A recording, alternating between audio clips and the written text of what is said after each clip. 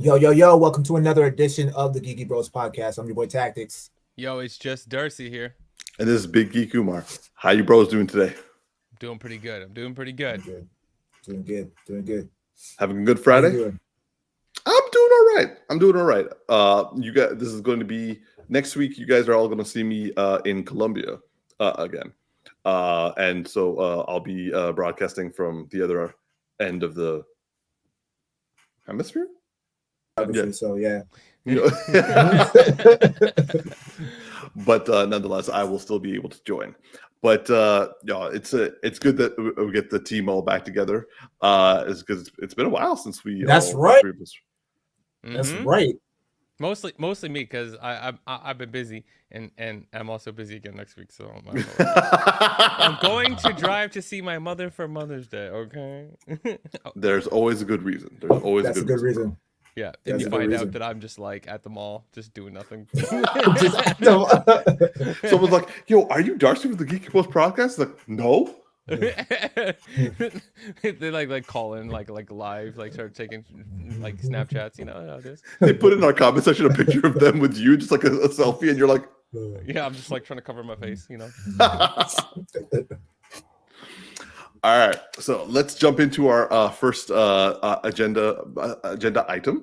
But before we do that, I just wanted to say for all of you new viewers who haven't been following us, please do click the description for our podcast episode.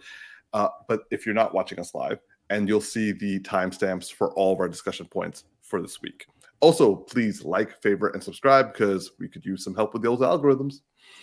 And all right, so the first topic that we're going to discuss is about Superman because we got a brand new trailer for the My Adventures of Superman Season 2.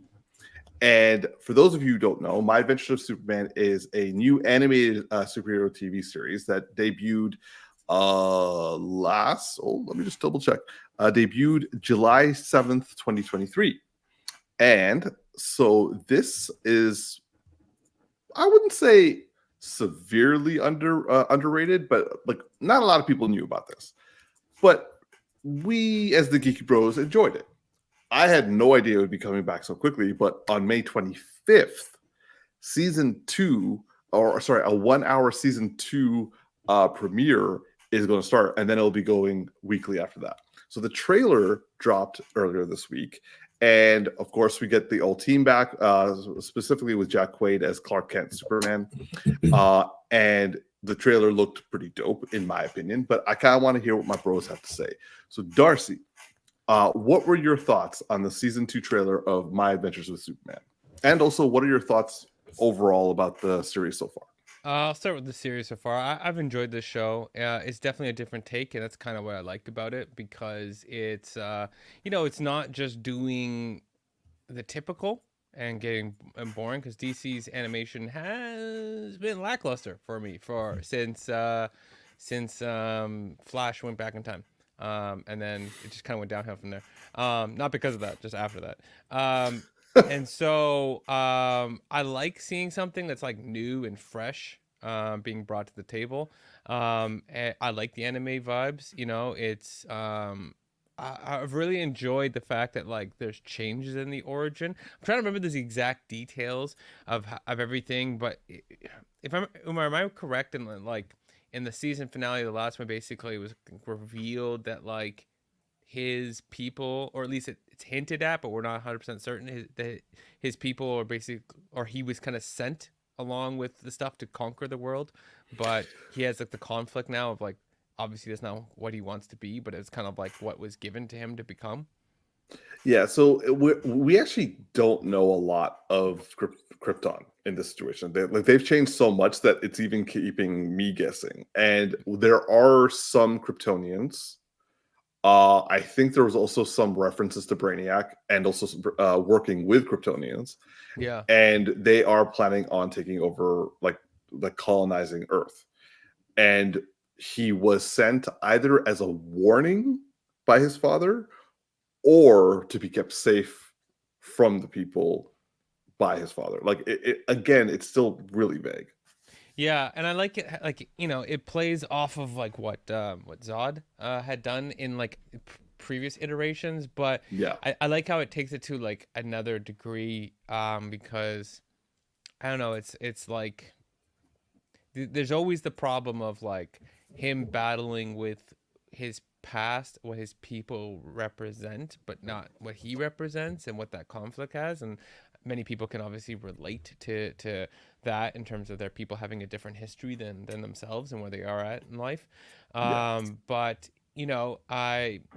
it feels fresh and it's fun, and I mean it's one of the best Jimmy Olsen's we've got in a long time for me. He's Yep. hella fun. Lois is fun, and I don't know, it's kind of nice just seeing it at a younger age, and everyone's kind of like figuring themselves out. Like the show, how do I put this? It's like Clark Kent and the gang if the story vibe was Peter Parker and Spider-Man, I see what you're saying. Yeah. right? Like it's like Metropolis fun vibes kind of reminds me of like Peter Parker trying to figure his way out when he's like just starting out as a a rookie like photographer for the Daily Bugle and all that kind of stuff. And so it's just enjoyable for me. And so the season 2 trailer looks pretty dope. Looks like put it this way, I didn't really need a trailer. I'm in. I definitely and I know Umar, you're triggered by the Lex Luthor drop in the trailer. Not that he's in the show, that he has hair and any bit reminds you of Zack Snyder's Lex Luthor. But there's nothing about this character that really like tells me it's like Lex Luthor vibes, and I think obviously we'll have somewhere along the line, whether it's this season or another, where his hair gets removed, because I feel like that's just too iconic to not have. Agreed. But I feel like it feels like a believable character right now. Like I wouldn't be surprised if he does some kind of experimentation, and in the process of somehow making himself stronger, he loses his hair, right? And like, not that like it's just gonna be that simple, but like, because we've already seen other characters, modifying themselves to take on Superman, and I wouldn't be surprised if Lex Luthor is like building off of that, literally Gotcha. off of that last tech and doing something with it. So, yeah. Overall, I'm just down. Like, say less. When's it air? I'll watch it. May 25th. Oh, I barely have to wait. Nice. Yeah. T, how about your thoughts of like the trailer and also of the show overall? Oh, you could skip me, man. I didn't even finish the first season. So I watched this trailer, and there's some interesting stuff there, but overall like the first season wasn't really enough to grab me. I think I watched maybe, I think I did watch 3 episodes. I can't remember, and I was just kind of like, I don't know if this is really... You gave it your rule though. Yeah. So he's like, you can miss me with all that. yeah. I mean, I feel like depending on like what I hear from you guys going into this second season, I might give it a revisit, but my watch list is already full, man. So I don't really know where I'm gonna fit any of this in. So yeah. Normally I'd be like, this is at least an anime that you can watch while working, but you watch everything dubbed, so like that doesn't add anything to the plate. Yeah. T, was there anything specific that kind of like didn't really connect with you, or just you just weren't fucking with it? Yeah, I don't know. Maybe it's one of those episodes one of those shows where you need more than 3 to really get into it. But it just didn't really, like, the villains didn't really captivate me in the first season, or at least from what I saw up until the 3rd episode.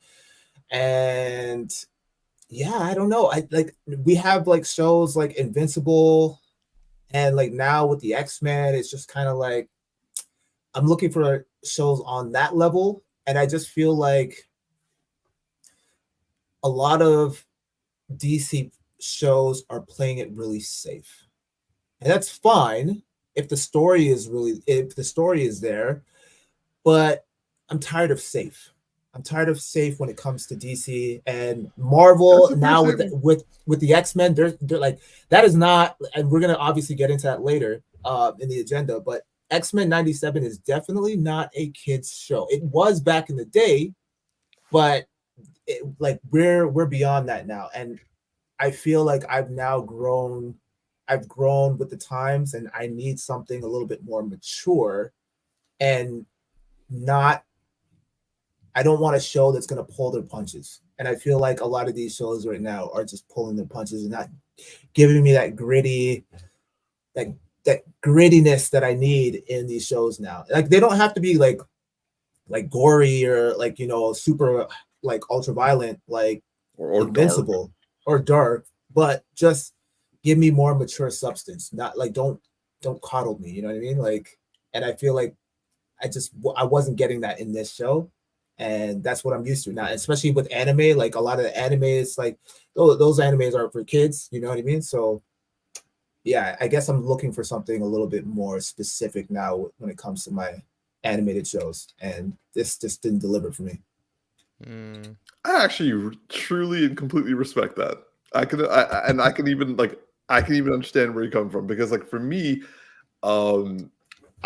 so I enjoy the trailer. It was really nice to see teasing of Supergirl. It was nice to see that the gang is back together. Yeah, she looks dope. And also like as Darcy was saying, like super, like this is like super anime. So like I am thoroughly enjoying the show, and I will just honestly just mirror everything Darcy said. Like aside from me being massively triggered by the appearance of Lex Luthor, who looks like what's his name, Jesse Eisenberg from Batman v Superman. Everything else, I was like, I'm here for it. I'm glad to see this team back together. Darcy, you said something that kind of like hit my nerve. The Jimmy, Lois, and Clark remind me of Ned, MJ, and Peter from the Home Spider-Man Home series. Yeah. And that makes me like them even more. Yeah, absolutely. And so, and also, what you're talking about, a fresh take, absolutely. This is like the fact that like they're changing up the whole Superman origin things, the fact that they're changing up like how he goes about doing things. See, I have been accused of being a purist by some people here, some people off air. My sister came at me hard. Anyway, so like trauma. I feel a little persecuted here right now, but this show is not a purist's dream. What the show is exactly as you said, Darcy. It's refreshing. It's a fresh take, but it stays true to the character. It doesn't change who the characters are supposed to be. It updates them. It adjusts them. It makes them a little bit more real, but it doesn't change them. Like we don't have Jimmy Olsen stabbing some people and then like claiming that, hey, look, there's a murder here. That would be too much of a change for me. I'll be like, but I am really liking where they're going with this. I like seeing that Krypton is actually an empire that fell and is trying to like potentially stay afloat by taking over another place. I like the fact that Clark has no idea about his past and his father freaks him out. I also like the fact that Clark doesn't know how to speak Kryptonian, because why would he? And so therefore his dad is not able to communicate to him. And his dad's just like, I wish you would understand what I have to say. Yeah. These are all interesting aspects. I do kind of see where you're coming from, Tactix. Like the villains are Saturday morning cartoon style. And so it's soft. I personally am enjoying the anime depictions of Clark using his powers. It doesn't bother me. A bunch of people online, it definitely did. Like they're just like, what, are we watching anime now? I thought we were watching Superman. I was like, I can't believe I'm going to have to say this, but you guys need to chill. Okay. Yeah. Full grown children. Let's go. Yeah, exactly. But T, you did bring some facts. Like those villains are a little too kiddish. Yeah. I will say the season finale is kind of when you started to mature it a little bit. But like, I don't want you to have to go through the entire season just to hopefully get some substance, as you're calling for. And I mean, to be fair too, I mean, if this is catering to children, then I mean, then it's fine, right? It's like obviously there are certain like kids aren't going to be able to watch Invincible. At least they shouldn't, right? Because of the mature aspect of it. And you know what I mean? Like, so obviously we need some content for the young kids, right? So if this is kind of what is being marketed to them or that audience, then it's fine. It is what it is, and they don't need to really change the aspects of the villains, because I'm sure kids will still get a kick out of it, right? But as an adult watching this, for me, because I've been exposed to the epicness that is Invincible and now X-Men 97 and like a lot of the anime that we watch, like I can't go back to that time when I was a kid and enjoyed the simple things in life and the Saturday morning villain trope. Like, that's just not going to cut it for me anymore. So on that, the show is meant for a wide co-viewing audience where kids, teens, and adults can all sit together and watch together. So non-specific and not figuring out anything. Got it. Yeah, exactly. So proving to the problem. Yeah, I agreed. Like, I don't know who the villain was from the first season, and I watched it. I can't remember. It was Amanda Waller and Sam Lane. Basically, it was Cadmus. Yeah, kinda. Like, not yes at the end, but it was like, are they really the villain? Like the problem with the first season, I think, is that there wasn't really a villain. You had side quests and future planned type villains, but you never had a gripping villain, right? Like a gripping opposition. Like, there kind of was the build up to the dude who did all the experiments on himself, and then that was over. Like, it just Ivo. Yeah, like it never felt like what Lex Luthor hopefully is going to do for this season, which is set up a constant larger threat, and he's playing things in each season. Like if you said to me, like, how would you run this show and plan it? I'd be like, I'd introduce Lex Luthor and I'd make it like, let's say, a 5-season problem leading up to a big problem between the two of them. And throughout those seasons, he's manipulating things, and maybe there's other threats that come along, and he's not manipulating it, but he's using it to his advantage, right? Like, you know, like Brainiac comes along and he tries to find a way to use it to his advantage, as an example, right? And so that way there's always this kind of building tension and this growing thing that's happening, and you always feel tied to it, you know, because it's like, oh, where's this going? Where's this going? Right now, it's just like, yeah, we got the crew, and the crew is cool, but the threats don't really feel like there's much happening there, and they haven't really established what really is the problem, other than, honestly, the problem is he doesn't know where he comes from, nobody trusts it, and, you know, there's the belief that the people he comes from are going to annihilate the planet, and, oh, look, maybe that's true, right? And it's not strong because it hasn't been laid out strong, so, yeah.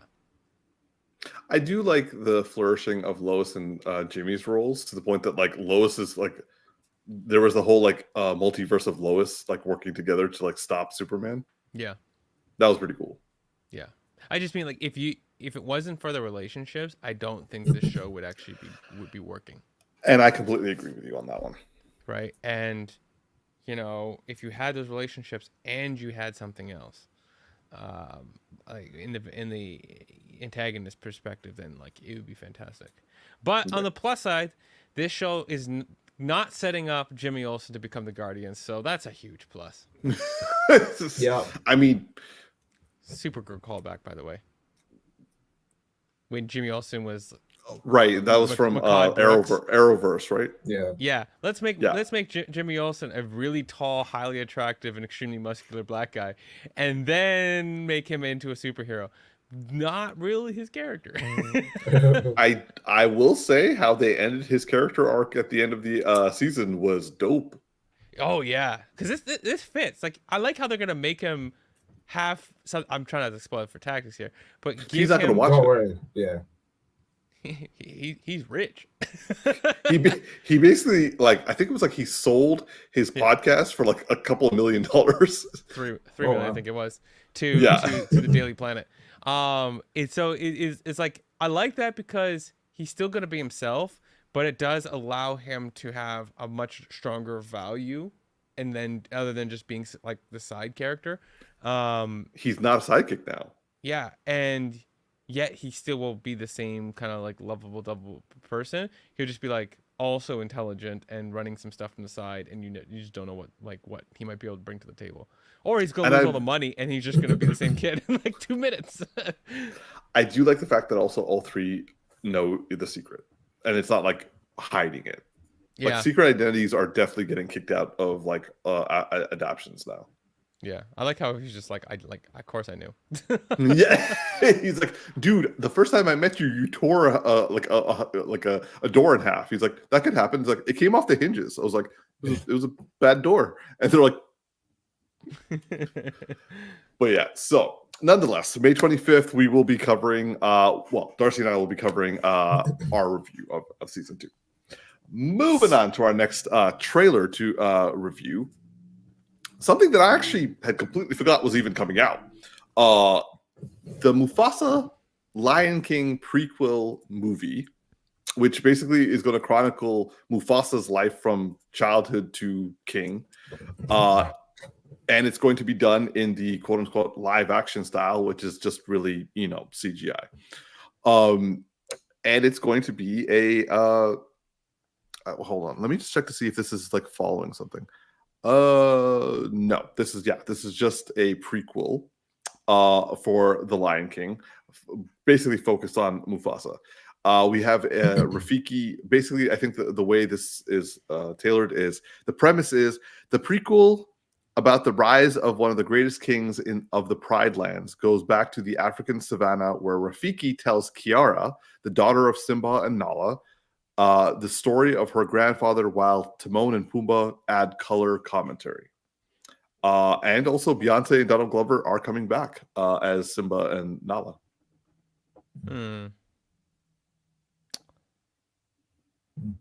Yeah, where do you want to take it from here? Yeah. So I thought you were going to say something. That's why I want to quote it. So T, let's start with you, bro. What did you think of this trailer? Okay, so first off, I'll start by saying that I have a very soft spot for the original animated movie, just because that was like the first movie that my dad took me to in the theaters when he got custody of me. So, and like obviously, given the storyline, like that holds like a special place. Oh, and, that must have hit hard. oh yeah, it hit, man. Like, quick question: did he know like he was taking you to that film and that was the plan? no, he just it was just like it was like the only animated movie out at the time that like I was able to watch. So Second question: did he turn and say, "Don't worry, that's not gonna happen"? Because the father doesn't make it in the film. So I'm just saying. Very true. But yeah, so like I've grown up loving that movie. I've seen it a billion times, and so when the first live action movie came out, was super excited to watch it. Was supposed to watch it with my dad, and he ended up watching it with some other chick. So it is what it is. I'm not bitter about it at all. It's just like I got shafted for like a date. Yeah, it's just like we bonded over this movie, and you watch it with some other chick. Like okay, I see it. I definitely get where you're coming, bro. Because I've been taking my mom to all the like live action adaptions in like VIP, and I've been like refusing to let her pay. Just be like, yo, you took me as a kid, I'm taking you as an adult. Mm-hmm. And like mom was the one time was like, oh no, I don't want to go see that movie. I was like, fine, we ain't gonna go know the movie from now on.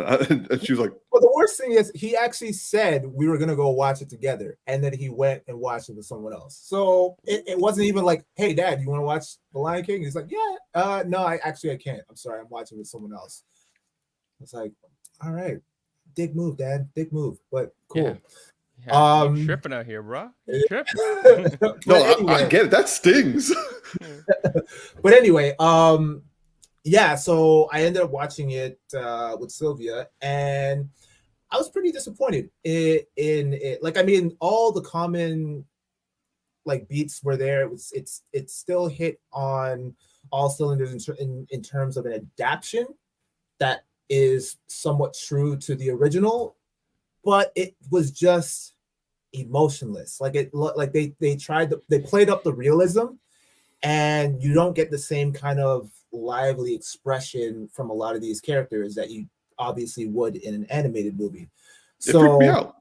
yeah, so it just didn't sit right with me, and so it kind of took me out of the movie experience when I was watching it, and pretty forgettable after that. I mean, obviously you know the storyline, so you know you remember the storyline, but in terms of the live action, I just wasn't as big of a fan.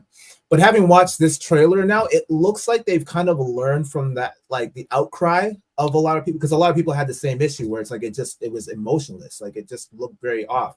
And based on the trailer, you can kind of see like it kind of looks like a lot like what they did with Sonic, the live action Sonic movie, where there's Oh, a you little think bit so? more.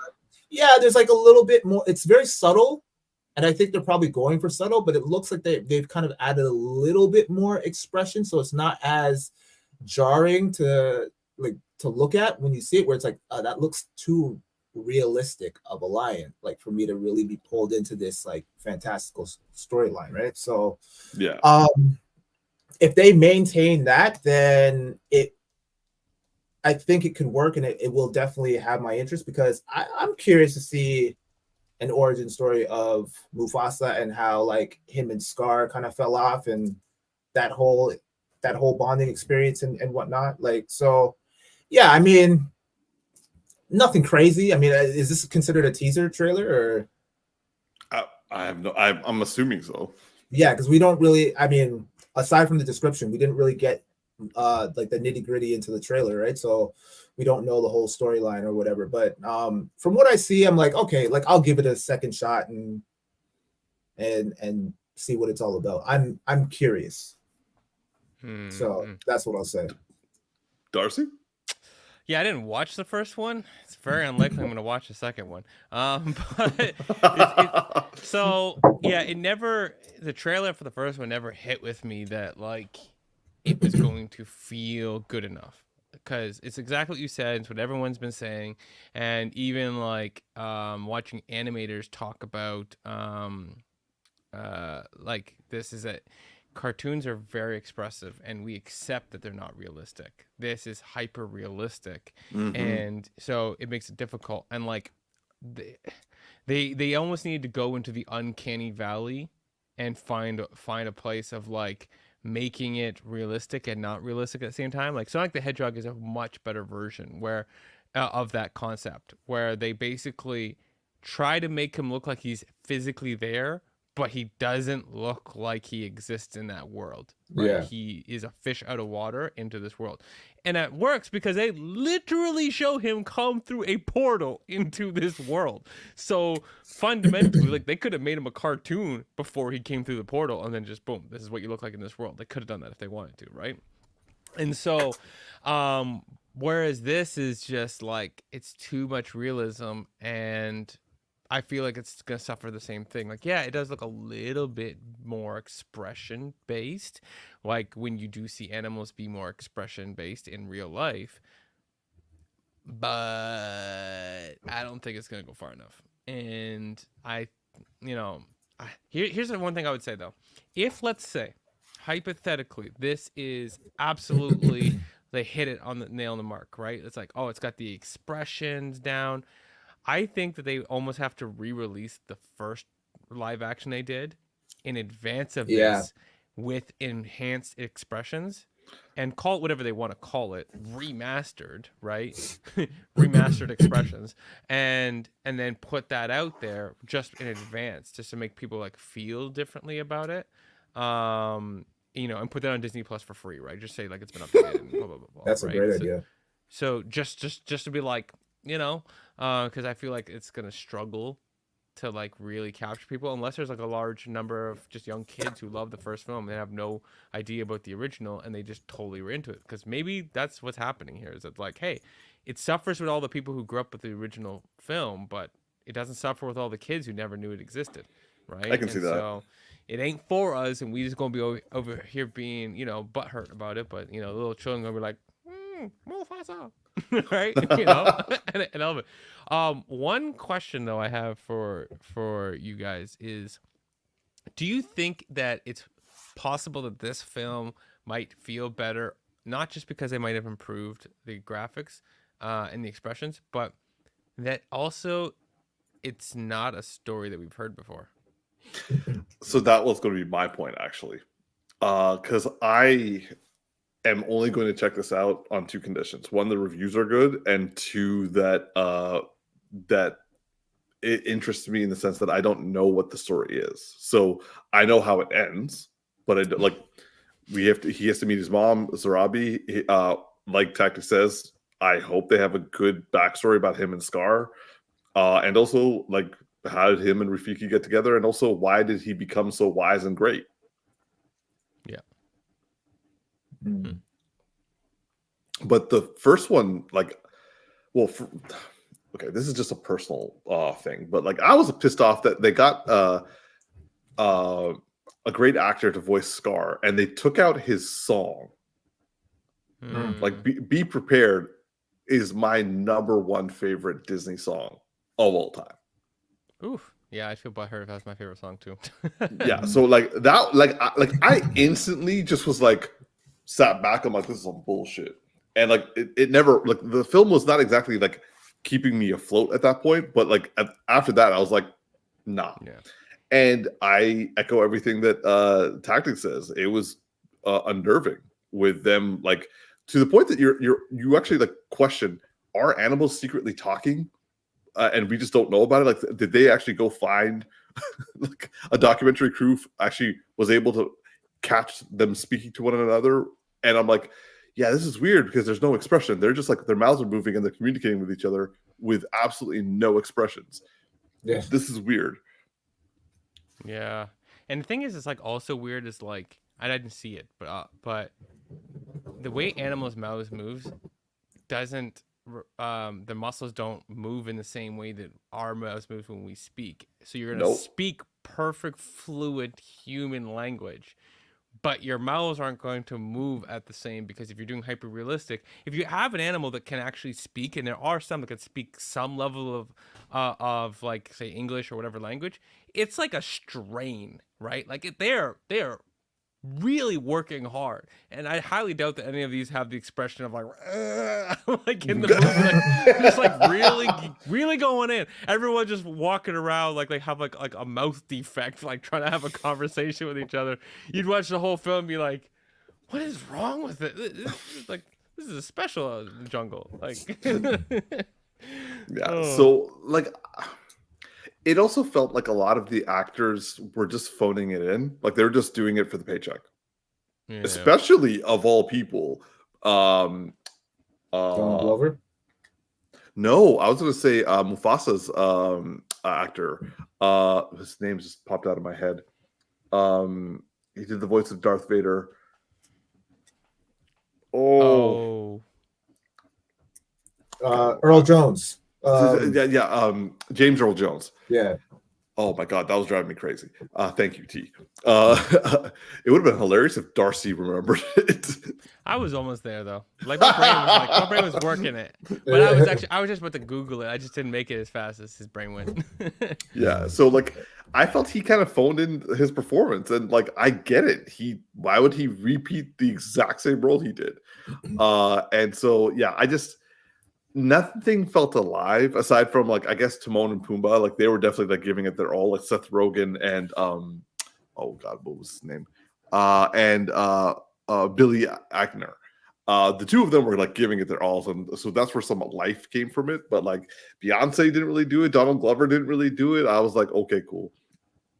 So for me, it's not certain that I'll watch this, but I do hope that's better than the last one, and also that it like kind of fixes the mistakes.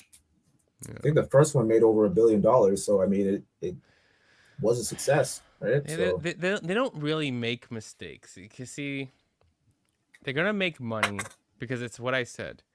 Just because we are butthurt doesn't mean the children who've never seen the original care. Holy shit, T, you're right. It made $1.6 billion. That makes me in the top movies of all time. Holy shit! And its budget was $260 million. Yeah, actually, so that's the more impressive part. So it makes sense that they're doing this one. Yeah. Yeah. Okay. So this part worries me slightly. The writer for the film is the same guy who did Rush Hour 3, who wrote Rush Hour 3. Oh no, hold on. He's got some good. He also did Rush Hour 2. He also did Catch Me If You Can and The Terminal. He did Indiana Jones and the Crystal Skull, so that's not a great one. He did Pirates of the Caribbean, Dead Man Tells No Tales. That's also not a great one. And he also wrote the last one. So, okay. So a lot of hits and misses on that front. So The Lion King this one is number 9 of top 10 movies of all time. Yeah, they doing a second film, bro. They doing a prequel. like, doesn't matter what we feel. That movie made money. That movie made bank. Okay. I did not know it made that much. I thought at most it made like 400 mil. Nah, man. Because money. It's children, my guy. It's children. They're gonna Fast and the Furious this shit, bro. There's gonna be a Zazu movie. There's gonna be a Timon movie. You're not joking, and the scary thing is you're not joking. Yeah, I want the There's rated gonna be R the Star elephant movie, that throws Simba up in the air. He's gonna get his own movie. Like they're just gonna lead this franchise dry, bro. Watch. T, did you hear what Darcy said? Yeah, that's a rated R Scar movie. No, I looked at pictures of Scar. He looks ass to me because he doesn't look enough like the original. No, but you know what live action CGI movie I don't need and like won't happen because it's the most underrated Disney movie of all time. A Goofy movie. I still have to see it. Don't need that one happening. And I that was on my mind because you said your favorite song got cut, and I'm like, that my favorite song of all Disney movies is in that movie, and I'm like, if they cut my song Stand Out, I come out pissed. That's a walkout. I might do it. There's 2 major songs in that whole movie. It's Stand Out and what's the other one? There it is, right? And that's like the beginning and the end, right? Like those 2 songs encapsulate the whole point of the whole movie. At the very beginning, it's about learning how to stand out, and at the end, about being like eye to eye with what? What is the summary of that story? the summary of that movie, that song. Anyway, regardless. Yeah. Hold on, wait, Darcy. This one's just for you. Talk to me, baby. Yeah, I love that. I have quoted that so many times in my life. I have a question. I have a question. What are the Goofy characters supposed to be? I think they're dogs. Oh, okay. Yeah, like I did not know. Like really large basset hounds or something like that because they have like long floppy ears. I did not know. That's cool. Yeah. And then he has a crush on what is she, like a mouse or something? Yeah, I don't know. Yeah, she seems very, very similar to like Minnie and what's the main mouse? Mickey? Minnie Mouse. Mickey Mouse. Sorry, Mickey and Minnie Mouse. Yeah. She seems like she's like kind of related to that. Or it's a good looking mouse though. I had a crush, my guy. I had a crush when I was a kid. Not gonna lie, I did too, man. I was like, this is weird, but I'm into it. Talk to me, baby.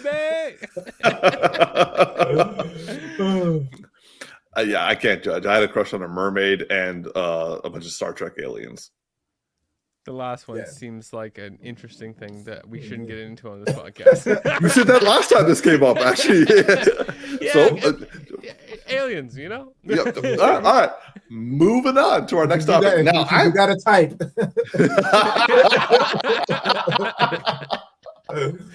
Oh, it's like, hey baby, can you dress up as the girl from Fifth Element? Oh, you mean no, the blue one. The blue one.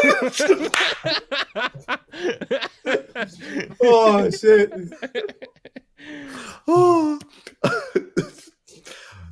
T, I'm a little worried you actually might be right, but okay, let's just move on, man. Just moving on. Moving on. Okay. So speaking about mistakes, we have something that is probably going to be a little triggering for our bro Tactix. Like he's definitely had some severe opinions about this film. But this past week, a Variety article was released focusing on Chris Hemsworth, who, as you know, plays Thor in the Marvel movies. And this is in regards to the upcoming movie that he has, which is called the Furiosa Mad Max film. However, in the article, he actually spent a good amount of time apologizing for Thor Love and Thunder, aka his performance in it and also the film as a whole. Honestly, he sounded really down on himself. So I'm just going to read a couple of excerpts because I thought he was just like, it was like just a blurb, be like, hey guys, I'm really sorry. That it upset you guys and so on and so forth. But it turned out that he actually was like full on blaming himself. So quote,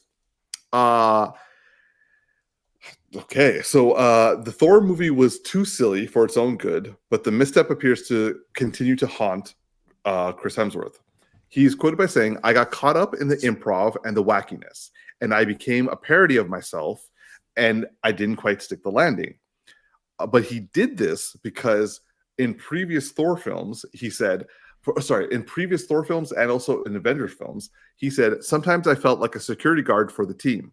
I would read everyone else's lines and go, oh, they got way cooler stuff. They're having more fun. What's my character doing? It was always about, you've got the wig on, you've got the muscles, you've got the hammer, you've got the costume. Where's the lightning? Yeah, I am part of this big thing, but I'm probably pretty replaceable. Now, all of this aside, Robert Downey Jr. Came out and actually in defense of him and was saying, first off, Thor as a character was super tricky to adapt. Lots of implied limitations, but he and Kenneth Branagh figured out how to transcend and make him somehow relatable but godlike. Hemsworth, in my opinion, is the most complex psyche of all of us Avengers. He's got wit, gravitas, but also such restraint, fire, and gentleness. So when I first heard about this apology, I was like, thank you, Chris Hemsworth. I feel like I kind of needed an apology for what happened, but not entirely your fault. Now I just feel bad. And I'm like, yo, man, no, it's cool. It's cool. You good, man. You good. We all good over here.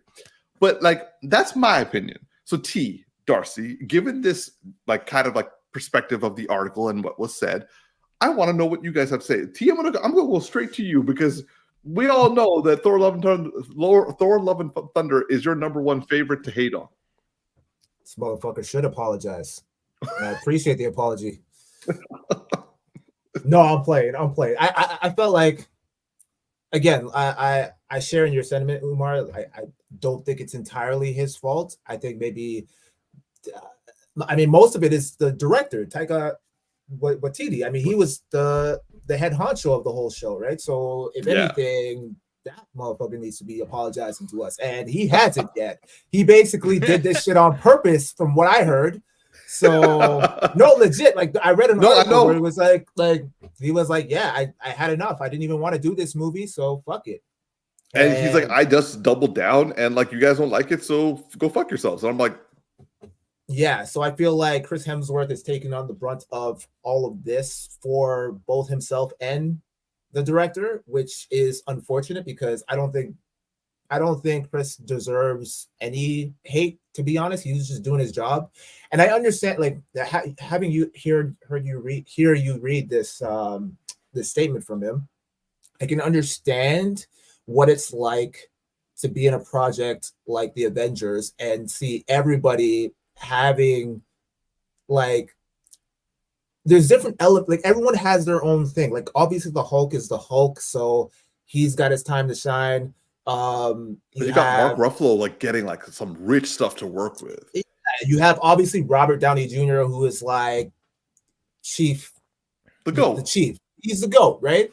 And then you got you have Cap, who's like a man of his own and everything, and that was a breakout role for him too. Yeah, right. And then you got Black Widow and Hawkeye, that were like I kind of view them as like one entity, because like they work really well together because they have history, so they have their own thing. And then it was like you look at Thor and you're like, okay, well, what is his thing? Like in the Avengers, it was kind of like, yeah, he was kind of just in the background for the most part. Like I don't really remember a whole lot of like standout moments for him, aside from him obviously fighting Hulk. So I could see how Chris Hemsworth might feel like, like everyone's like they have these interesting characters and like everyone's got their character figured out, and it's like I feel like he was still kind of growing into his own, because when the first Thor movie came out, he was very like Shakespearean, and that didn't really land for a lot of people, and I felt like a lot of people had a hard time relating to him, myself included. I fucking love that movie. I know you love the movie, Umar, but 1 out of 3 Geeky Bros recommend. Yeah. You know what I'm saying?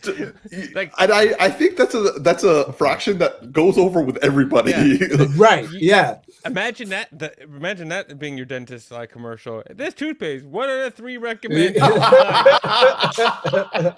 do I know? I'm sorry. What? so it'll get the job done, but like only 1 out of 3. Yeah. So I get it. And as these movies went on, I felt like they were really experimenting with Thor's character as opposed to everyone else, where it was like you knew what the overarching plan was going to be for each individual character. We knew, they knew, I'm sure, to a certain extent, that Robert Downey was going to run the ship, and then at some point there's going to be an ultimate sacrifice. It tied everything back, and the same thing with everyone else, right? But with Thor, we didn't really know where his storyline was going. And then as the movies progressed, he started getting a lot more comical, and it was endearing, and like we enjoyed it because it's like he's a badass, but he's also like, funny. He got heart, right? So it's like, okay, I'm connecting with it. And then Thor Ragnarok came out, and it was like we got that tenfold, and it was like, okay, yeah, like there's some action there and there's some comedy there. I'm vibing with it. And then they went too far, and but Infinity War and Endgame happened. And that's where I feel like they had like meat for him. Like that was a stick. Oh yeah, for sure, 100. Especially Infinity War, when he had that moment where he's talking about all the things that he's lost and everything. Then you're like, oh, okay, that's the Thor that we need right now. Let's capitalize on that and double down on this moment right now. And they just kind of forgot about that and went in a completely different direction. And here we are now listening to this dude's apology. And it reminds me a lot about a lot of what's his name? He played in Batman and Robin, George Clooney, where he came out later on and he started apologizing for like being in that movie. And he's just like, yeah, I'm gonna be apologizing for the rest of my life for that movie. And it's just like, well, yeah, bro, but I mean, it's not your fault. You're just trying to get a check. So I will say also Joel Schumacher has also apologized for that. So like at least both actor and director have apologized. Yes. Taika's like, nah, man, you guys just didn't get it. Yeah.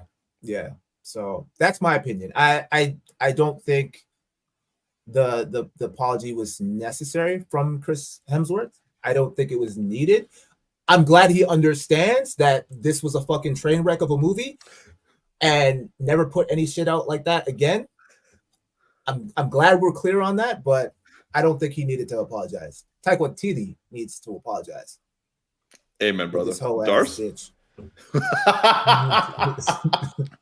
I mean, I respect Chris Hemsworth for protecting his homie. If him and Taika Waititi are homies, because he's clearly doing it.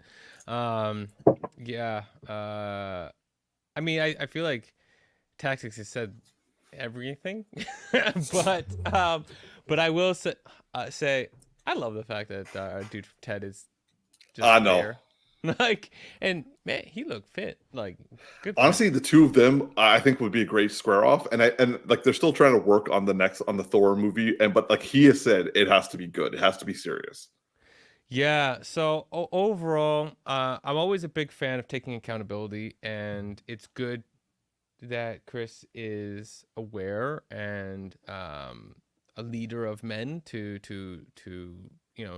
stand forward and take accountability for your part of things. You might be taking too much accountability, as has been noted, but I do think that it's good, and as much as it's not his job to craft the film if he's not in charge of it, it's still important to be a strong advocate for where the character needs to go.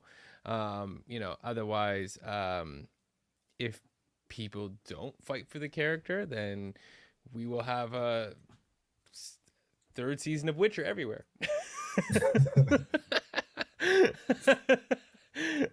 Yeah, I will slide that in anywhere I can.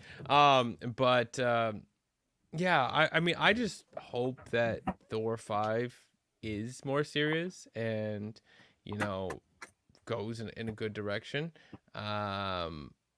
Yeah, I just don't like. I mean, we already know he can do way more than like way more serious, and I just kind of hope that they find a way to like kind of capitalize on his work from Extraction. Yeah, and like maybe do a wonder scene. Have I don't know how to put this. It's like it's hard when you have overpowered characters to do something that feels real, right?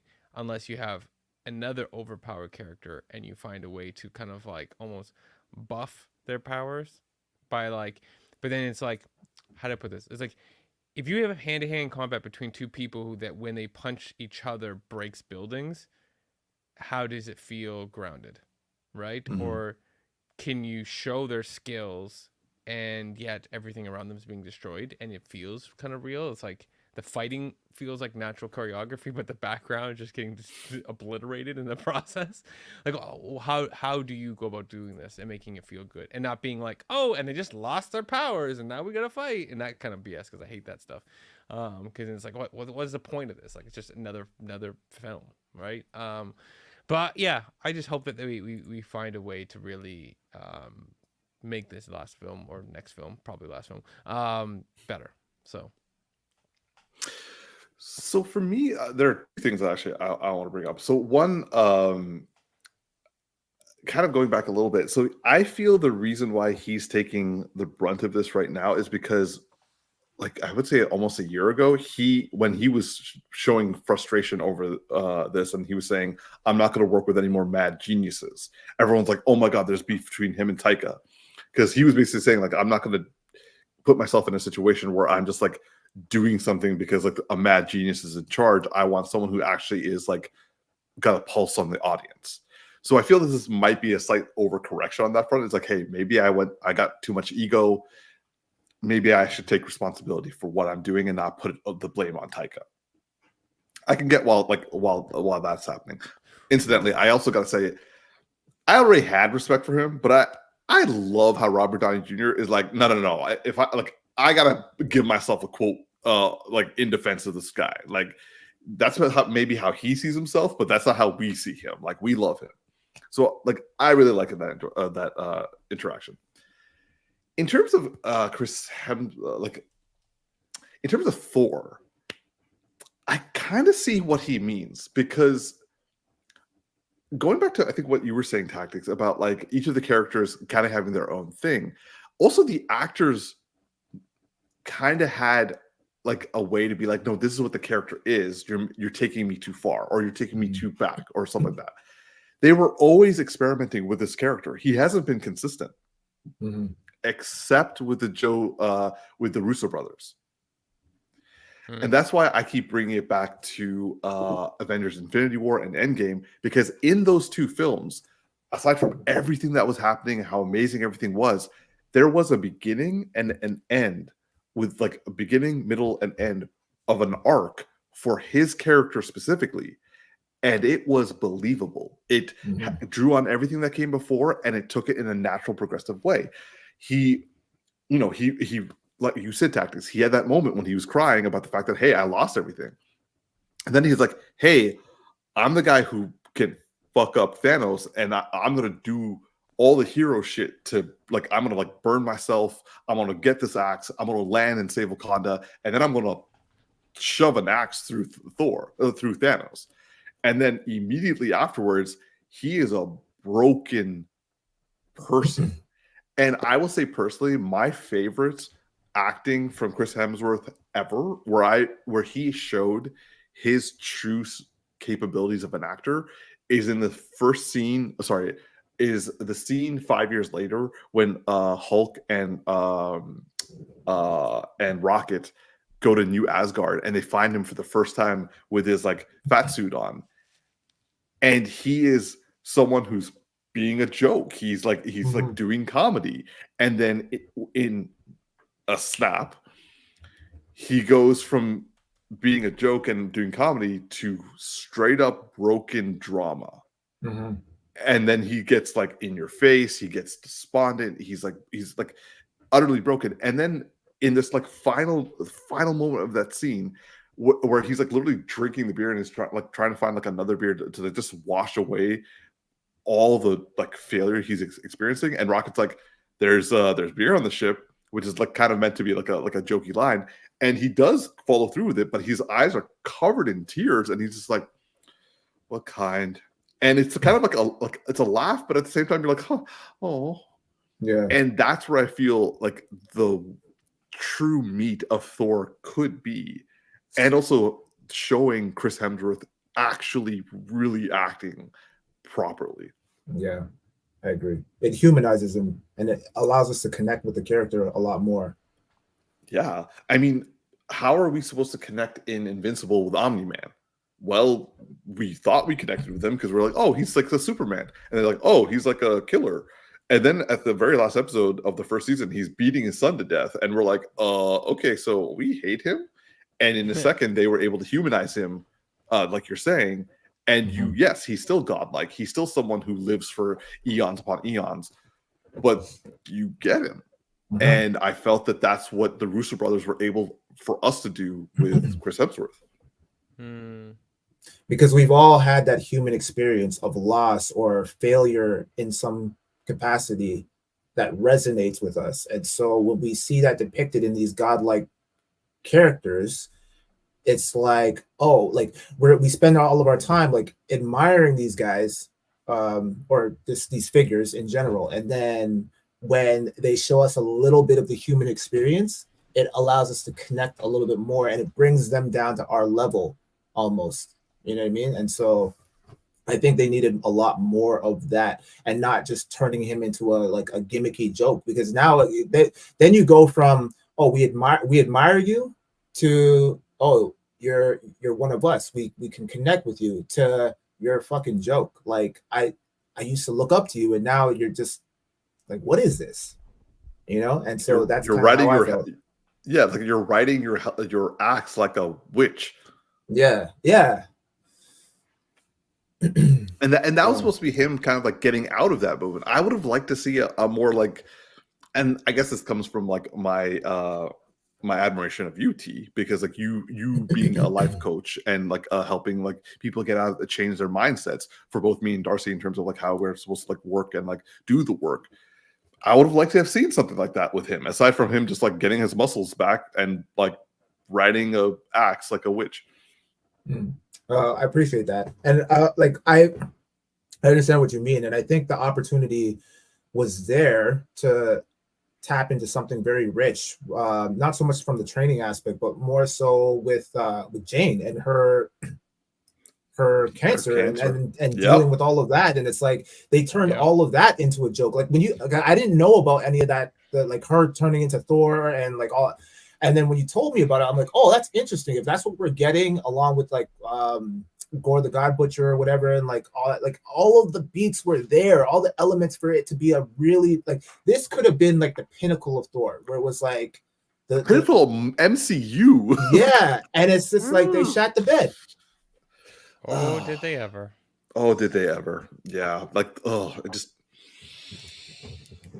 So yeah, it was kind of disappointing. Yeah, but going back to his apology, it is nice to get the apology. But yes, I agree with both of you. He don't need to apologize this much. No. Yeah, I No. did look up though. I was looking at his IMDb and I was like, "Has this man ever directed anything?" Because like I don't know, maybe that's why. But he actually was an executive producer on many things. He was a producer on Extraction 2. He was an executive producer on Extraction 1. He was a executive producer on Thor: Love and Thunder. Mm.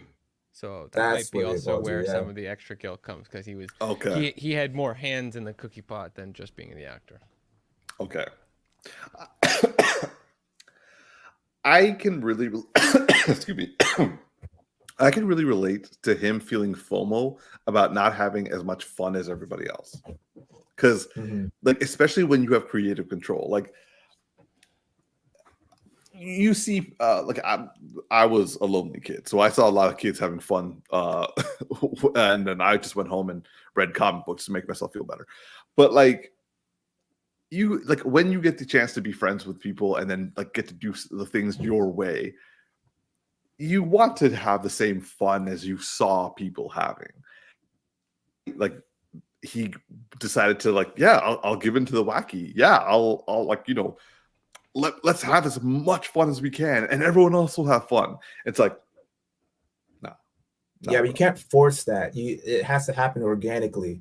And I think that's the Exactly. problem, where it's like they saw the success of Ragnarok, and then rather than just maintaining that, they just went too far into the comedy aspect of the story, and they completely lost all the great elements that they could have had with the more serious tone that is depicted in the comic book.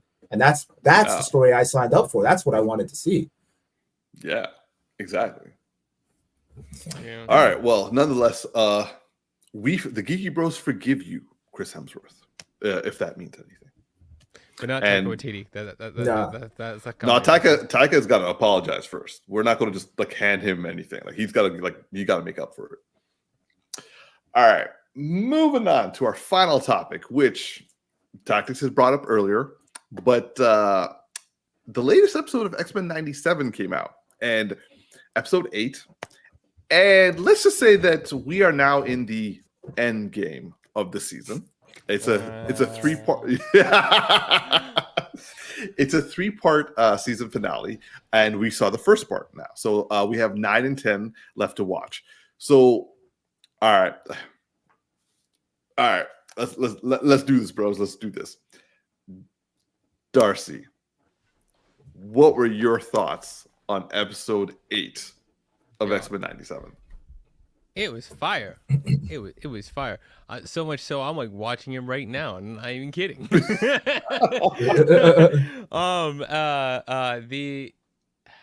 like I don't know. There's so many different things about this episode that was so dope. First off, Nightcrawler. I've just been loving Nightcrawler in this series. Thank God, because he is fantastic. He's a poet, and then you get to see him throw down, and you're like, man, he's the Three Musketeers all in one. This guy is out here, and the way he fights, you're like, he definitely feels like before this episode, not in this show, but like in general depictions of his character, you'd be like, oh, he's kind of like a weak character who has a really good cheat code, but if you ever like, let's say you're thinking about him playing in a video game and you're actually going to hit something, you're not going to get a lot of hit points, when you hit something. And then you see this and you're like, you don't need a lot. Yeah, you don't need a lot of hit points if you can just slice someone from the back of their neck where they don't see it coming. you just don't, and the guy's got full like dexterity in that tail. So I mean, that guy is like, that is hard. Like he can hit whatever's in front of him and just be smacking dudes from behind without even looking at them. But the fact that like the way his ability works, you would assume that his brain, either from a power base or from just experience, he's super able to pay attention to everything in the room all the time. Because if you're zapping in and out, from all these different angles, your orientation would get messed up. So you would have to train your brain to get used to orientation shifting, and therefore he's probably just able to constantly see something and instinctively go here, here, here, here, here, and know where everything is really fast. Plus, his powers probably enable him to do something instinctually that, like, the average other person who would follow him would just be like, I have no idea what's happening. Speaking of which, Wolverine. That was awesome. That was awesome to see Wolverine get pulled through the portal. You know, just like that felt like felt like Loki. I think it was where like Loki was getting pulled through the when he was going through the time shifts. Oh, I see what you're saying. Okay. Yeah. And it's just like super dope. Like it's just that fight alone. Plus, I mean, I like the fact that, and I know that the fact is, when it comes to ratings on televisions, or even movies, a lot of stuff comes down to you can have violence as long as it's not a human. You can do more with it than if it's a regular human. As long Wolverine as you definitely proved that. Yeah, because you're not using blood. They're humans, but they're not using blood. But they definitely finally started to show Logan, like the movie, because he was slicing. There was like dudes in the back are like 1, 2. That is not one person anymore.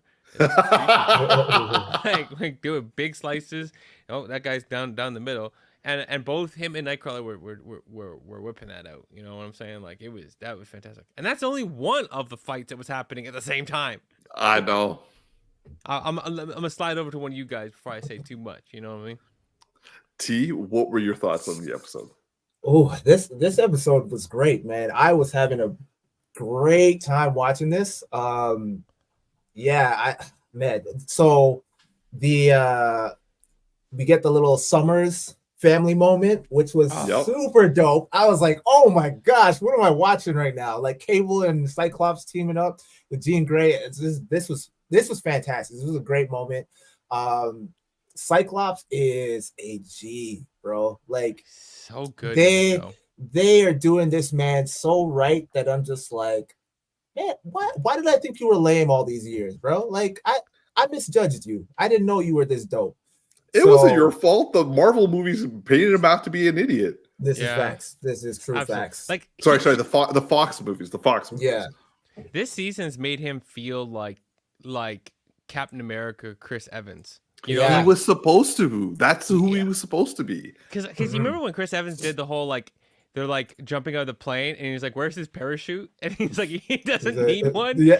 And then everyone's falling like 2 episodes ago or 4 episodes ago, whatever it was. And he's like, "All right, everyone's good. Good job, team." Just goes straight face down towards the planet and just like that was the first episode. That was the first episode. First episode, 7 episodes ago.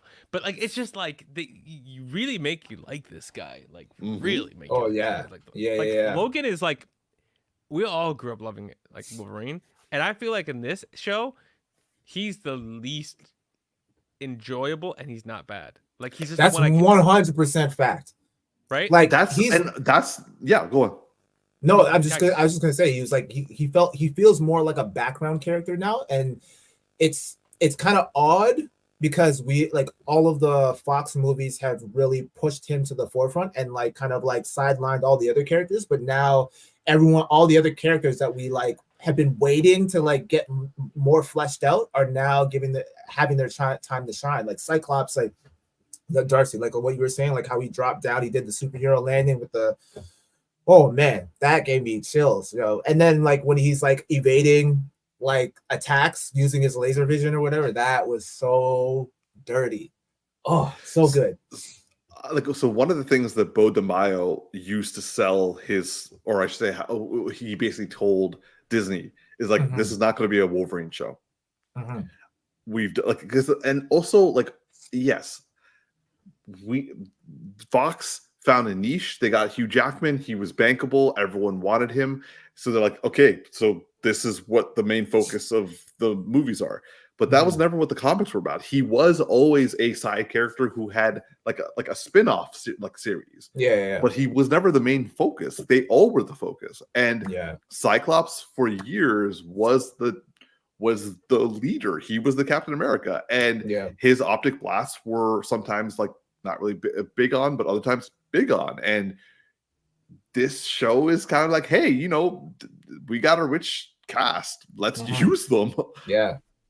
Yeah. Yeah. So yeah, the episode was phenomenal. Couple things though. Like first, like, hold on. Let me like why they got my man assed out like this, yo? Like like what I knew that was coming. I knew that was coming.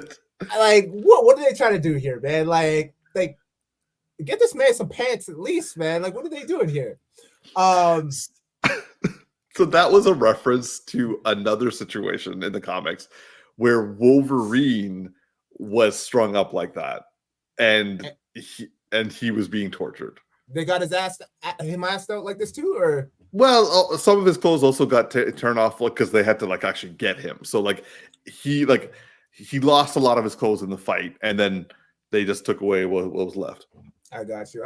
Okay. Well, so also Bo DeMaio is like saying, men should be, equal representation. Yeah. Yeah. Okay. Well, anyway. And also you guys didn't like his outfit in the first half of the season, so so they heard our complaints and they're like, all right, we'll just remove the outfit.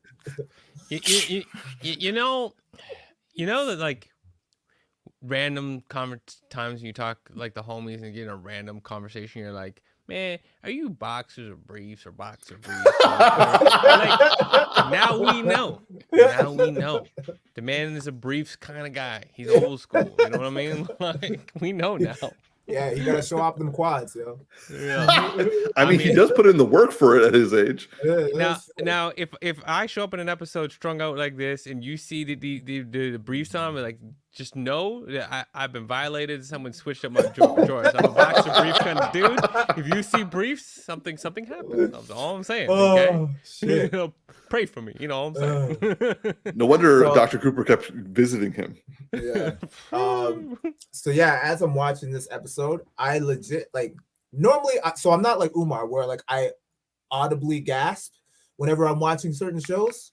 But this moment, bro, I uttered something. I was just like, and it was like very impulsive. I was just like, oh, and I had no control over it because I was fortunate enough to stay off YouTube, so this wasn't spoiled for me. So I was not expecting this moment to happen at all. And same. This is why I hate spoilers, because it ruins that authentic, genuine moment, like how it was with No Way Home, where I knew I knew most of the surprises were coming. So it stole that from me. That was stolen from me. But yeah, overall phenomenal episode. We get a lot of good cameos like Doom, Omega Red, Zemo was in it. Polaris. Yeah, this moment here was crazy. Woo! Like super fantastic. The other thing I gotta point out here is I laughed out loud when this man shows up and he's like, I hope I'm not too late. And I'm like, bruh, what? Where the hell you been? What do you mean not too late? You're like half your mansion is missing, and Gambit is dead. Like you've been late, bro. What are you talking about? He crash landed in the other half that was standing. I was like, the nerve of this guy. Like, so yeah. Like they found out that this guy was out here in the solar system marauding and having a good time, and he's just going to show up like we all feel a little bit different about it. When he showed up in the other episode a while ago, I was like, is this the same dude that I remember? He feels a little bit more like he's slipping. Like he changed. 100%. He shifted character. Like he find himself a good woman. He just change up. Yeah, it's like my dad in The Lion King. Oh man, Mufasa come out, he'd be like, am I too late? You deliberately disobeyed me, Simba. Yo, great reference. But yeah, overall, I love this show. I love where it's going. I'm super excited. I hope that they keep the same level of gravitas, and just it's amazing, man. I'm having so much fun, more fun than I thought I would be watching this. I'm like anticipating this show every single week, and I'm bummed that we only have like 2 episodes left of this season. So Darcy, question. Last week, Tactix said he was ready and wants to be traumatized, because I was saying I'm a little afraid of where the last 2 episodes are going to go. How about you, bro? Are you ready for the trauma, or are you like, yo, just be gentle? Man, I'm glad you're not trying to become a therapist, because you'd fail if these are the questions you ask people. Like, are you ready for the trauma? Welcome to the WWE SmackDown. This is the trauma edition. We're in the ER today. Anyways, I digress. Yeah, I mean, I watch Invincible, man. Bring it on. Like, right? But you don't have the same level of. Oh wait, actually, hold up. Maybe that's only me, because like I have nostalgia for these characters, like deep nostalgia for all these characters. No, I don't. Like I watched it in clips like everybody else when you were a kid, but like everybody else in our age when we were kids, we only got to watch these things when we happened to be able to sit in front of the TV. And my memory, you already know, sucks, right? Like if I barely remember people's names. I barely remember y'all's names. You know what I'm saying? But yeah, I mean, I'm just down for where this show is going. I'm just impressed that I like this show. I'm excited for a second season. I am not excited for anything beyond that season, because all I know is that the guy who wrote the first season, he finished writing the second season, he was starting to write the third season, and then Disney fired him. So the problem with this show is that it's like I'm getting myself hyped with the expectation that it's going to be crap at one point. And that's the worst thing, is be like, get really invested in something that you just know is going to be bad, unless Disney changes their mind, right? And I just hope that it's just Disney being overly protective of things, which they're weird about, because they'll like let people slide for stuff. It's like, that's okay, murder's cool, but if you have like an OnlyFans account, like that ain't gonna fly because somebody on the board doesn't like it, or some version of our viewers don't like it, and it's like, great, so they make the best property ever, but Given how he's been acting this past week, where he it seems like his new 9-to-5 job is doing the James Gunn thing, where he's like replying to every tweet that is like coming his way.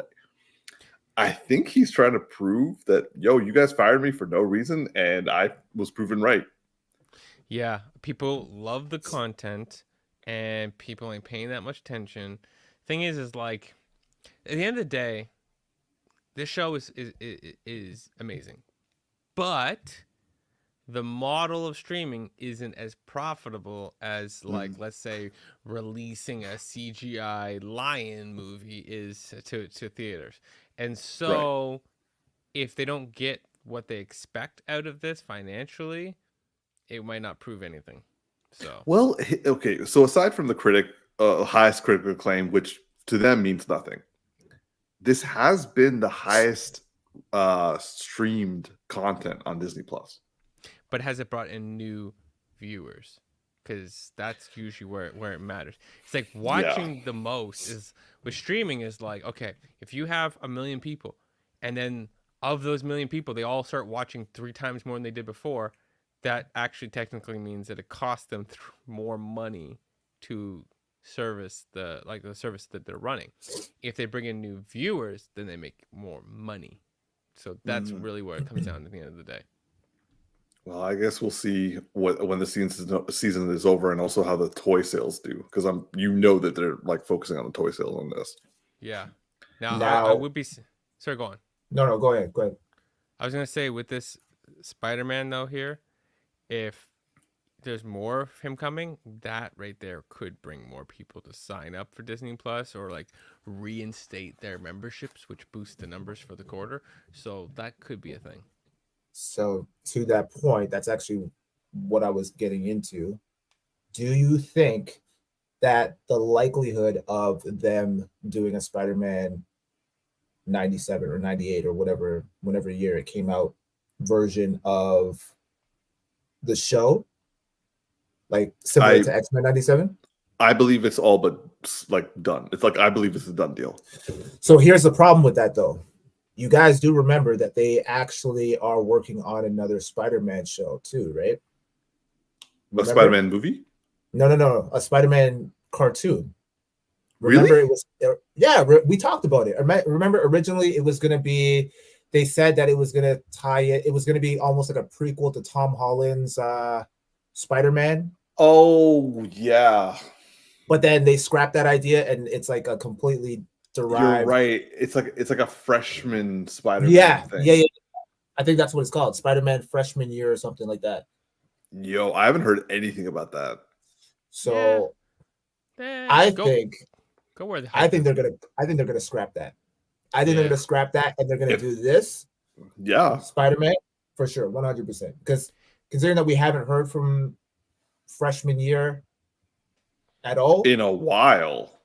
and they You haven't even announced seen that a trailer. Yeah, they announced that, like, what, 2 2 years or 3 ago. years- Yeah, Yeah. I don't think that's happening. You know, I think that what people would really want is like just to bring back all of these like OG Marvel cartoons and do the crossovers that we want, right? You can have this Spider-Man, then there's Doctor Doom, and then there's like, Fantastic Four, and obviously the same thing, but and then like a bunch of other different stuff where we could just have a lot of fun with it, I just think that there's like a lot of people who would want that, especially if they're all on that mature side of things. And the benefit of it being on the mature side is that when you do like Daredevil, but like when you do a smaller show, like X-Men is a big cast, right? When you do like Spider-Man and with the crossovers and whatnot, but you get to the dark stuff gets to last longer because you don't have to cut back to these other 3 characters over here and then go cut over these other 3 characters over here. And not saying they're not doing a good job, they're doing an amazing job, but you can really sit in a moment a lot longer in a show that has a lot less cast. So I also gotta say, like, T, I don't know what kind of relationship you have with the universe, but like your manifest destiny the capabilities are kind of scaring me at this point, because literally last week you literally said, yo, show me some Spider-Man. Yep. I got it in, man. Yeah, no kidding. All right. So what is your prediction next? Or what do you want next? Yeah, better So- put. So, like I said, they're going to scrap the freshman year Spider-Man. They're going to see the success of this show, and they're going to say, okay, how do we capitalize on this and really profit from all this Disney Plus money that we're making? Let's do a Spider-Man show. And yeah, they're going to do that. And they're going to carry on and continue it. And it's going to start a trend. And they're going to try and see what else they can pull from. Okay. That is my prediction. Okay. You guys heard it here first. So, like, we shall see how Tactix manifests this. But so I'm going to now jump in with my review for this episode. This was like beginning to end. This thing was like killing it for me as someone who read the comics. The first thing is getting Cable to explain what he's been doing was dope. Also, I loved the fact that they tied it into the MCU. They brought in a branch. They brought it in an absolute point in a fixed point in time, which was talked about in What If, and what was talked about in Loki. So like he's been on this thing. He's been trying to like move things around, but he just can't. I like the fact that they showed the 3 of them, the Summers, getting together, and also like working as a family, but also at the same time having issues. Jimmy said to me, and ever since he said it, I can't unsee it now. But like when the 3 of them go to Bastion's house, and like his mom like shows them around, did you guys get Ace Ventura vibes? Ace Ventura. Laces out. Remember when he go in the first movie when he like goes to like Ray Finkel's house, and the mom like gives him the cookies and like takes him to his old room, which has like all these like stabs and like graffiti all over the place.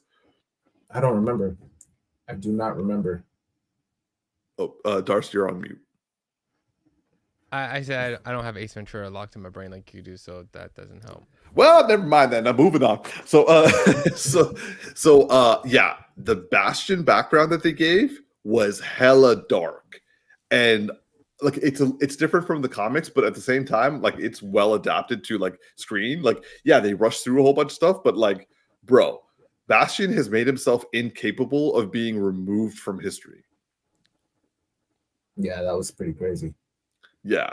Also, the Prime Sentinels were scary, and also and messed up, and I feel bad for Beast's girlfriend or like his soon-to-be girlfriend, because like that was not the way he wanted to get a heel on his chest.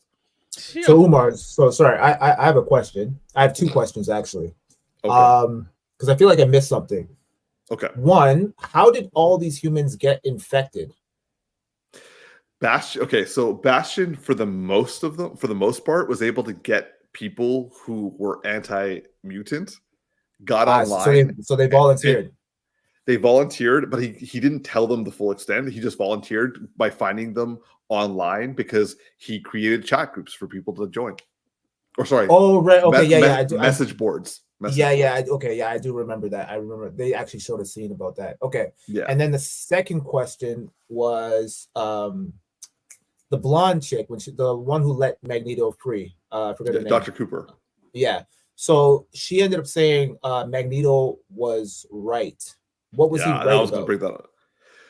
So that was going to be my main question after I finished with it. So Magneto was right has kind of been a slogan in the comics. And it was basically who is right, Professor Xavier or Magneto. And this episode basically was saying that given the way humanity acts, ultimately, Magneto would always be proven right. Humans will always try to remove the mutants, and they will always be the aggressors based on who they are. Got you. Okay. So he's basically started. So that's what they meant by he's going to start or that's what Wolverine meant by he's going to start a war. Well, he already started. So what everyone was afraid of when Genosha happened was like, oh my God, Trask has set off for a war. Trask has caused like the first strike, and now the mutants are going to go to war, and that's what everyone was afraid of. That's why like people started backing away from mutants. That's why they like the president of the United States is like, yo, I can't be seen like supporting you guys, because everyone was just waiting for the mutant reaction. And that's what we were talking about like last week when we were talking about Rogue and tossing like Cap's flat like a shield and all that sort of stuff. So the whole point of this was to kind of have Magneto do what Magneto does, and like my man didn't even stop to get like a coat. He was like, nah, I'm gonna fuck you guys up, because for him, he went right back to where he went to with the Holocaust. He lost the Morlocks who were like cuddling around side of him. He was like, fuck it, and that's why he said he didn't say fuck it, he said enough. And that was him basically saying, don't let me let you down. Yeah. He let them down. And if you think about it, he just killed way more people than people on Genosha. Because in the comics, Genosha was much worse. Like they killed 16 million people out of like a population of 18 million. So like that was done in a couple of hours. Like that was like mutant people. That was essentially a genocide. In this, they have said hundreds of thousands were killed. I mean, he didn't really have a choice. Well, no. So Magneto, now, yes, like he saved the X-Men from the Prime Sentinels, absolutely. But Magneto he created a worldwide EMP. That means, okay. So yeah. So literally every plane in the air is crash landing. Yeah. Every train is getting derailed. every traffic light has gone out, and every car is going to be like just crashing into each other. Yeah, many cars that don't Every react fast enough. Yeah. every hospital ICUs are done. Surgeries done. Worldwide, that's millions of people. He literally just killed millions of people in a moment. Yeah, there's a lot of consequence, like especially if power plants shut down, like, you know, some Nuclear things power plants, such like safety's shut down. Like he's effectively completely wiped out. Like all like, and this also includes tanks, weapons, like airplanes. Nothing is working. Everyone is back to Stone Age, and everyone is like completely helpless. Yeah, I didn't quite grasp how deep that is. That means next episode is going to be trauma. Yeah. So another thing about this was okay, I'm gonna no, I'll stay on this topic. Let's be consistent. So with this, what he did also happened in the comics, but in a completely different situation, where he like this was called X-Men 25. This was the biggest X-Men thing that happened, where he created a worldwide EMP, and the X-Men went to his asteroid to stop him for good. And that's when Wolverine's skeleton got ripped out of his chest by his, well, actually through his pores, not through his chest.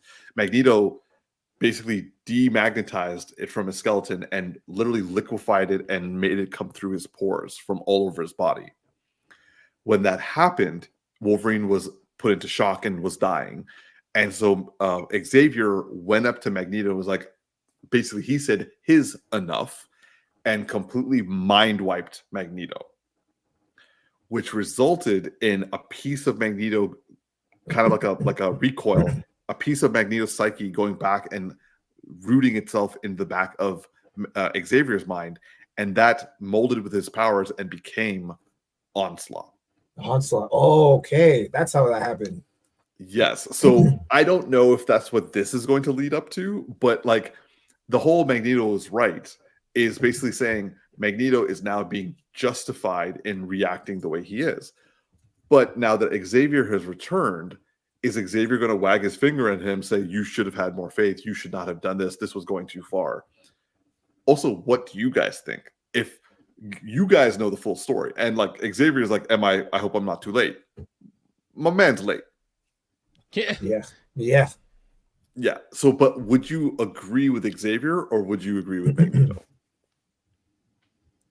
T? I see both sides, so it's hard because I'm on the fence, because Magneto definitely has a point, and I don't want to go as far as saying he's completely justified in his actions, but humans did kind of force his hand, and at the end of the day, he's not in it for any like selfish reasons. He's just trying to preserve his people, right? And that's very much a very prevalent thing that's happening right now in our world, right? And so it's tough, because I understand what he's going through right now. So, and this is what makes him such a compelling villain, because it's like he's not just a cookie cutter like Saturday morning cartoon villain. Like he actually has strong purpose, and there's a strong argument behind what he's doing that makes you say, "Oh, like, am I a bad person for kind of agreeing with this dude?" And he tried.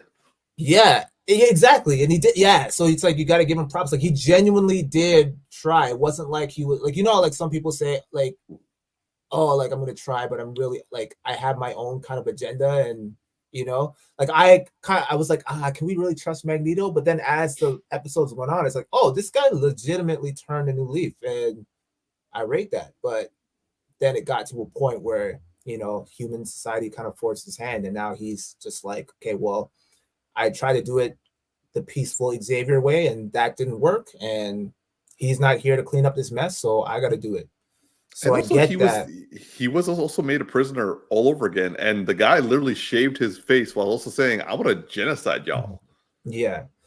The optimist in me, like, also kind of sides with Xavier and like gives me a little bit of hope, maybe false hope, in the sense that like maybe there's a possibility that like uh, there's a world somewhere in the distant future where like both mutant and humans can coexist in harmony.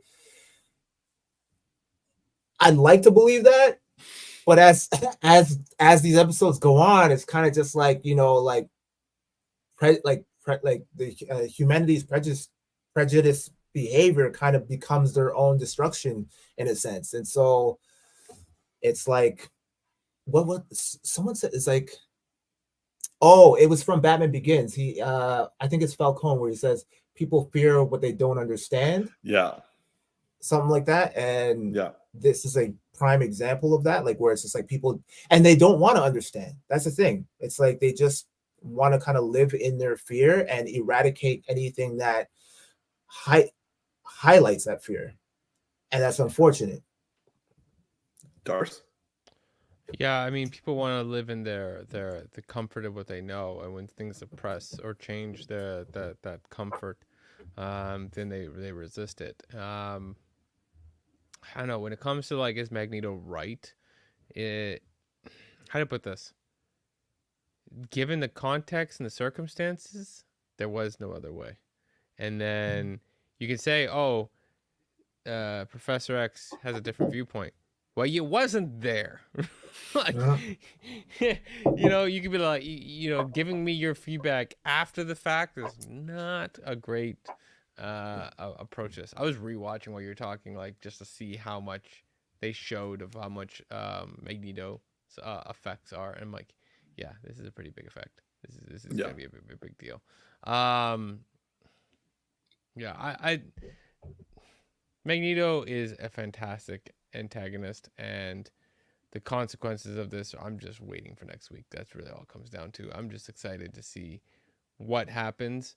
And, you know, I don't know, maybe I was a little checked out, but when I was watching all of the different, you know, characters showing up, Spider-Man, Omega, stuff like that, I was just like, oh, they're all going to come, you know, it's kind of like a call to arms, and they're all going to come to battle. But I'm like, now I'm looking at it differently. I'm like, yo, Spider-Man is not going to be on board with this. You know, like, right? You know, a lot of people are going to are going to come out the woodwork, and for different reasons. And it's going to get messy. It's going to get really messy. And yeah, I'm excited for that.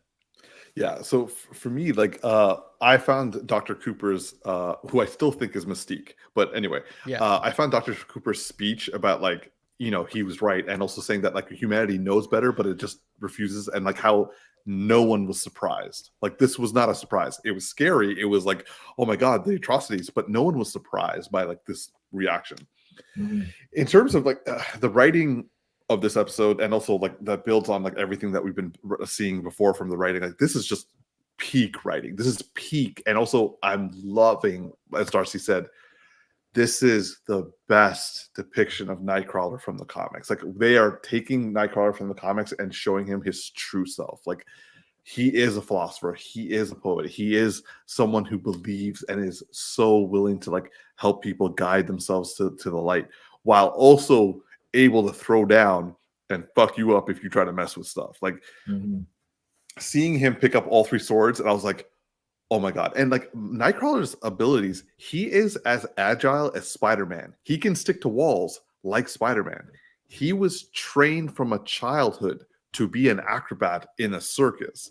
So like, Darcy, you were talking about like, you know, spatial awareness and like maneuverability and like mental capabilities. He has those elements. And for me, I just got to say that like watching him and Wolverine fight, which was apparently a last minute addition, brilliant. Watching Magneto's maneuvering and like and reaction and his anger and his full power, amazing.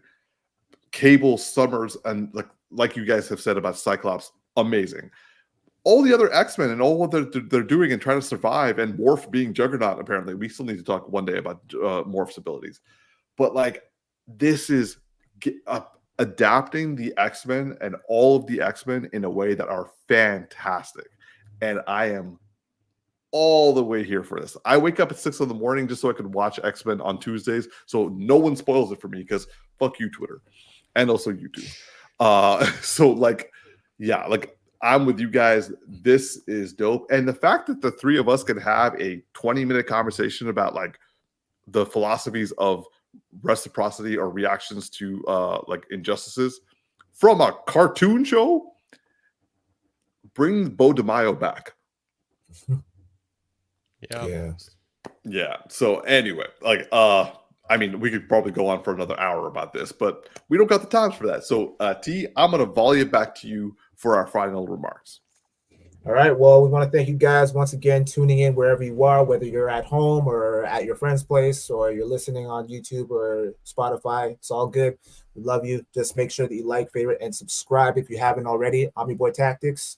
Yo, just Darcy here. This is Big Geek Umar. Catch you guys soon. And live long and prosper, y'all.